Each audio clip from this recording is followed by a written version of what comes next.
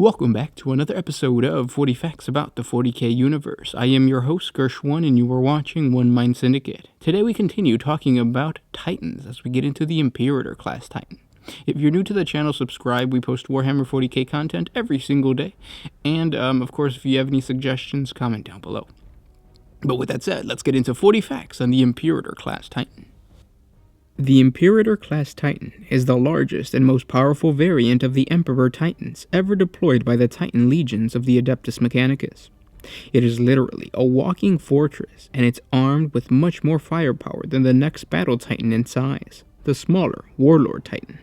The Imperator and Warmonger Emperor Titan stand approximately 55.5 meters tall, which is about 182 feet, but this has been known to vary, as the infamous Chaos Imperator Titan, Dies Irae of the Legio Mortis that laid siege to the Imperial Palace during the closing days of the Horus Heresy, was said to stand approximately 43 meters, which is 141 feet tall, a smaller size due to the fact that it had no cathedral dedicated to the God Emperor on its back, since the Imperial cult had not yet become a state religion of an official aesthetic imperium.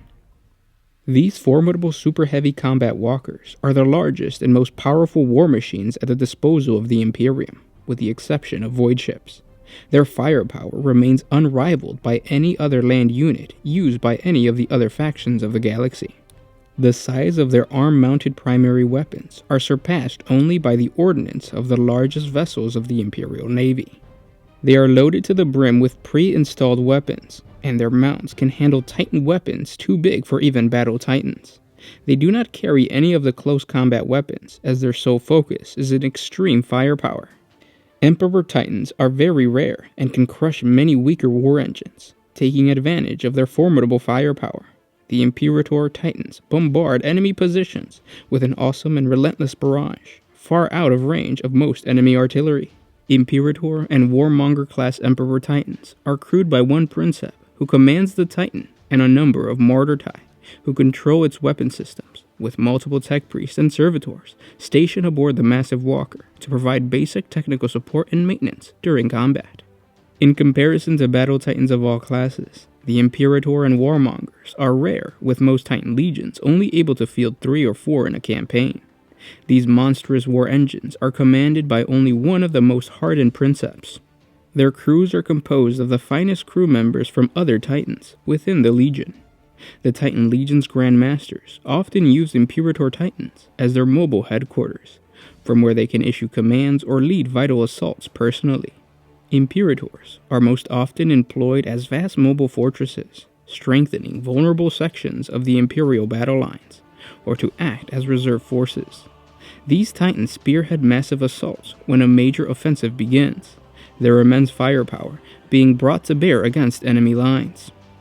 Imperators are not configured to fight other Titans in close combat, relying instead on their deadly firepower to utterly annihilate their opponents before they can close in and engage with them. A complete company of an Imperial Guard troop or Adeptus Mechanicus Skitarii soldiers can be housed aboard the Imperator, to guard it against infantry assault or to be transported to a vital objective. The Warmonger class Titan is a notable variant of the Imperator Titan, and is very similar in structure and appearance. It is unknown which variant was designed first, as this knowledge has been lost down the long millennia of the Imperium's existence. However, it is well documented that both the Warmonger and the Imperator Titans were both utilized exclusively long before the outbreak of the galaxy-wide conflict of the Horus Heresy. Though they are physically similar, the functions of each class vary significantly. The weapon systems of the Imperator Titan provided with a deep strike and fire support capability, allowing the Warmonger class to stand back and pound its foe from afar. This makes this particular Emperor Titan a magnet for enemy aerospace craft. However, the Warmonger has a healthy array of anti-aircraft systems, not to mention a sufficient number of void shields to keep these threats at bay. This often leaves enemy commanders unsure how best to deal with this deadly foe.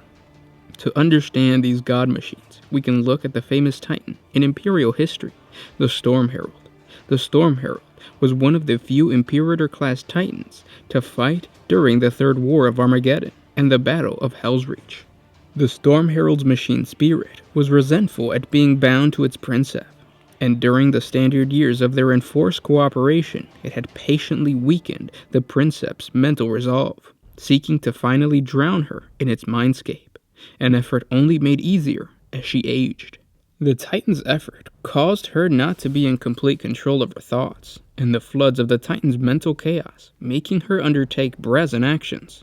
At one point, during the Battle of Hell's Reach, the Storm Herald nearly succeeded in overthrowing her will. When the Draconian fell to the Orc trap and was destroyed by the Xenos, the Princeps was overcome with anger and foolishly strode ahead of her screening Titan and the Skitarii fire support seeking vengeance, only to fall to a similar trap moments later. The damage inflicted by the Greenskins and the shame of defeat caused her to lose grip on the Titan's machine spirit, and she was very nearly overwhelmed by it. The Titan and its princeps would have been lost had it not been for the intervention of the Black Templars, under the command of Black Templar Reclusiarch Merrick. The Astartes cleansed the god machine of Xenos taint, and their chaplain helped the princeps emerge from the psychic maelstrom that is the Titan's mental landscape. The Storm Herald would continue to participate in the Battle of Hell's Reach until it was destroyed by an Orc Gargant, Godbreaker. Another impressive Titan is the Dominatus.